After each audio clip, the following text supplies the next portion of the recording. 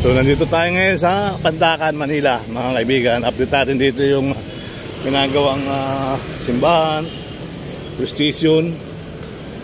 Yan, so muli po ay nandito tayo ngayon sa simbahan ng Santo Niño, mga kababayan.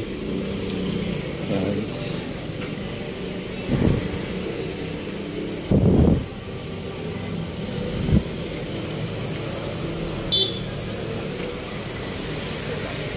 So dito may mga ginagawang DPWs doon.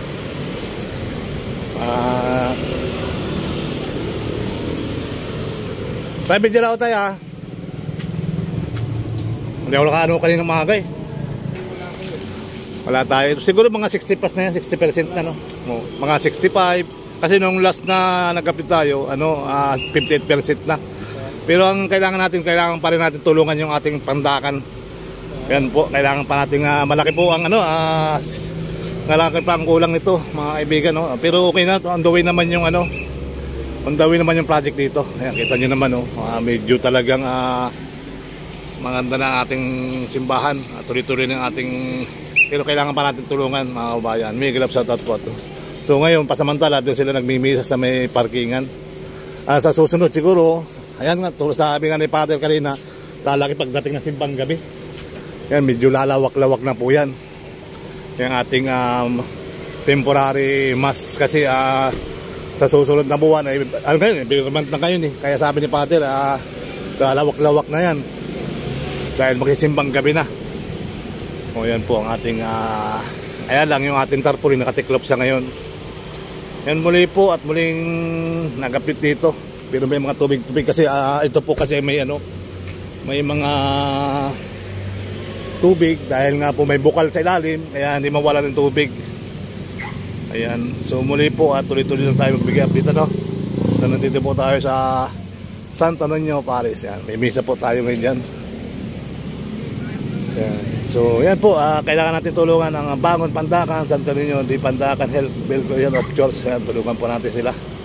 So puntahan nyo lang po yung mga site ng Santo Niño di Pandacan. May mga site naman po yan para inyong matulungan. Maraming salamat po tayo magbigay update dito sa ating mahal na Santo Niño di Pandacan. Yan. Viva Viva Santo Niño. Yan. Tuloy-tuloy lang po tayo, mga kabayan. So yan, labas tayo dito guys at punta tayo sa temporary mass para magbigay update So yan po. Ang sitwasyon naman dito, mga kabayan, ay ng maaga nga ay nagbigay ng update. Kung ilang siguro baka 60 plus na yung at dito naman okay naman yung mga ginagawang tulay, yung mga ginagawang drainage.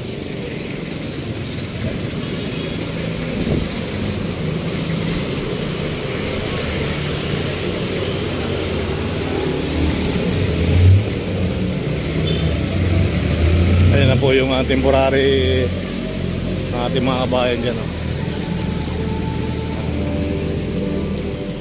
Santo Niño di Pandacan, mga kabayan. Ayan, dito may ginagawa rito yung project na yun.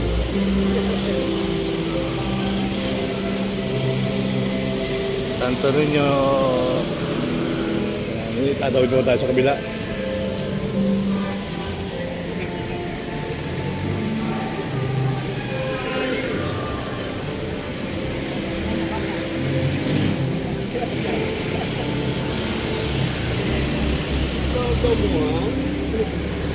Yan, thank you. Ay nagpasalamat ng konti dito, mga kabayan. Yan na po yung temporary mass. Lalawak-lawak po yan pagdating ng simbang gabi. At tuloy-tuloy naman yun po ang paggawa niya. Salamat po sa inyo na marami So tuloy-tuloy. Ayan, salamat po. At umuulan na. Kaya medyo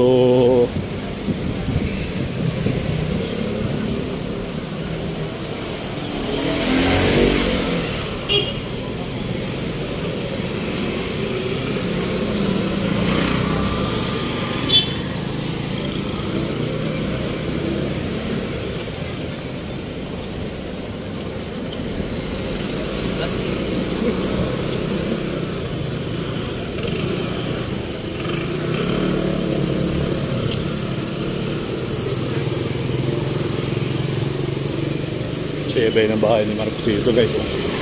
Bahay kay Marcos yan.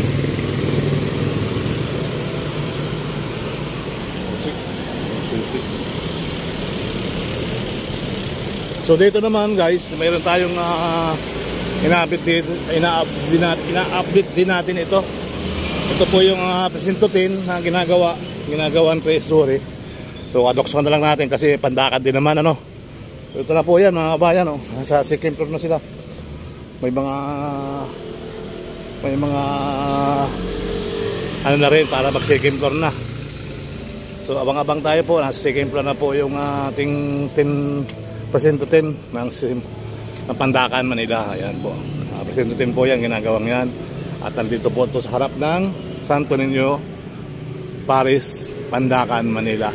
So, salamat po sa inyo na marami sa inyong pagsuporta sa aking YouTube channel. Tayo ang kasukuluhan, tapos na po ang misa. Siguro magkakasayis na no. Ayan, magbibigay lang tayo ng update guys para sa ating simbahan. So, nangailangan po sila ng tulong. Puntahan nyo po ang site nila. May mga site po yan dyan kung saan para tumulong tayo mga kabayan. So muli po ay magandang gabi. Sir Bal Ayala muli nagpapaalam sa Diyos ng happy Sunday na maulan. So sana bukas wala ng ulan, pero madilim pa rin at damang pa rin ang kita pa rin yung bagyo. And muli po ay maraming salamat. Thank you so much.